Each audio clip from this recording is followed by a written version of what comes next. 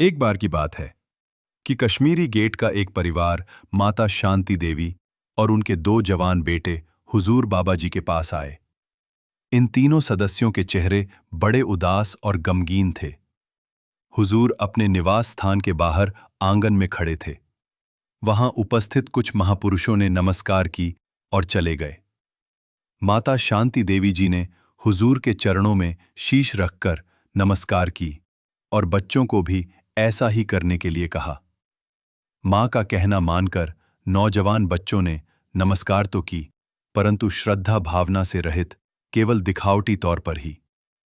इतने में शांति जी की आंखें नम हो उठीं और उन्होंने बच्चों से कहा, अब आप बाबा जी को अपने दिल की बात पूरी तरह कह दो। बच्चे तो खामोश रहे, लेकिन शांति देवी अधिक देर तक अपने आप को काबू न रख सकी और हुजूर के चरणों में बेनती करने लगी। बाबा जी, मेरे पतिदेव सोहन लाल जी को आप भली भांति जानते ही हो। संगत में और सेवा में वो किसी से पीछे नहीं, पर उनकी संकल्प शक्ति इतनी कमजोर हो चुकी है कि वो चाहते हुए भी नशे की लत से छुटकारा नहीं पा रहे हैं। इस आदत ने जहां हमारे घर की आर्थिक स्थिति को डावांडोल कर दिया है, वहीं हमारी पारिवारिक सुख शांति भी पंख लगाकर उड़ गई है। आप जी बच्चों को देख ही रहे हैं कि कैसे नमस्कार करने से भी कतरा रहे हैं। इन बच्चों का कहना है कि हमारे पिता को संगत और सेवा से क्या लाभ पहुंचा है, ये तो केवल पाखंड ही लगता है। यदि संगत और सेवा का हमारे पिताजी पर कोई असर नहीं हुआ तो हम पर क्या होगा? वो बहन बोले जा रही थी। हुजूर उस बहन की गाथा भी सुन रहे थे और साथ ही साथ बच्चों के उदास चेहरों को भी देख रहे थे। उनकी बात को बीच में ही रोकते हुए बाबा जी ने पूछा, सोहन लाल जी काम क्या करते हैं? उस बहन ने एकदम उत्तर दिया, हमारी छोटी सी दुकान है। वैसे तो वो बड़े ही मेहनती और नेक दिल इंसान हैं, पर एक ही बुरी आदत है कि नशे के बिना नहीं रह सकते। सिगरेट दिन भर बुझने ही नहीं देते और नशे के बिना उन्हें रात को नींद नहीं आती। मां की शिकायत के साथ बच्चों का भी हौसला बढ़ गया।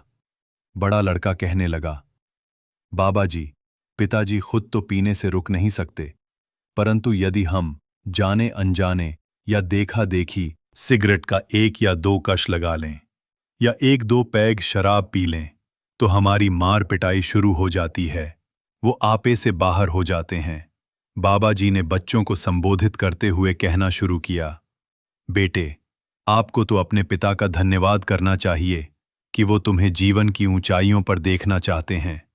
यदि वो आपको नशे से दूर रखते हैं तो स्पष्ट है कि वो नशे की बुराइयों और नुकसान से वाकिफ हैं और नहीं चाहते कि जो नुकसान उनकी सेहत, पारिवारिक वातावरण और आर्थिकता का हो रहा है, आप भी वो नुकसान जिंदगी भर बर्दाश्त करते रहें। रही बात उनकी नशे को न छोड़ने की, हो सकता है कि वो अंदर से चाहते हों, लेकिन ये नशा उनके खून में इतना रच गया हो कि उनके बिना वो रह ही न सकते हों। अब वो इस बुराई से हर तरह से अपनी औलाद को बचाना चाहते हैं, तभी तो वो अपना मानसिक संतुलन खोकर भी आपको इन व्यसनों से रोकते हैं। बहन शांति जी को संबोधित करते हुए बाबा जी ने फरमाया, यदि आप अपने पति की इस आदत का इसी तरह ढिंढोरा पीटते रहें, मन में तिरस्कार की भावना पैदा करते रहें, घर में टकराव और तनाव बना रहा, तो वो कभी भी इस बीमारी से मुक्त नहीं हो पाएंगे। इस समय उन्हें तुम्हारे तिरस्कार की जगह प्यार और सहयोग की आवश्यकता है। उनके अंदर आत्मिक शक्ति पैदा करो ताकि वो इस बीमारी से छुटकारा पा सकें। उनको यकीन, विश्वास दिलाओ कि सारा परिवार उनके साथ है। आप उनका साथ दो, निरंकार रहमत करेगा कि नशा भी छोड़ देंगे। दास की तुच्छ बुद्धि सोचने लगी कि बाबा जी ने प्यार सत्कार का रास्ता इस परिवार को बता दिया है, पर इससे यह भी संभावना हो सकती है कि उनकी ये आदत और भी पक्की हो जाए। लेकिन दास की सोच बिल्कुल गलत निकली, क्योंकि कुछ महीनों बाद ही पता लगा कि सोहन लाल जी बिल्कुल ठीक ठाक हैं, नशे की बुराई से छुटकारा पा चुके हैं और सारा परिवार फिर सुखद वातावरण में सद्गुरु के गुण और यश गा रहा है, क्योंकि उनके जीवन की बुनियाद में भक्ति रस कायम रहा था।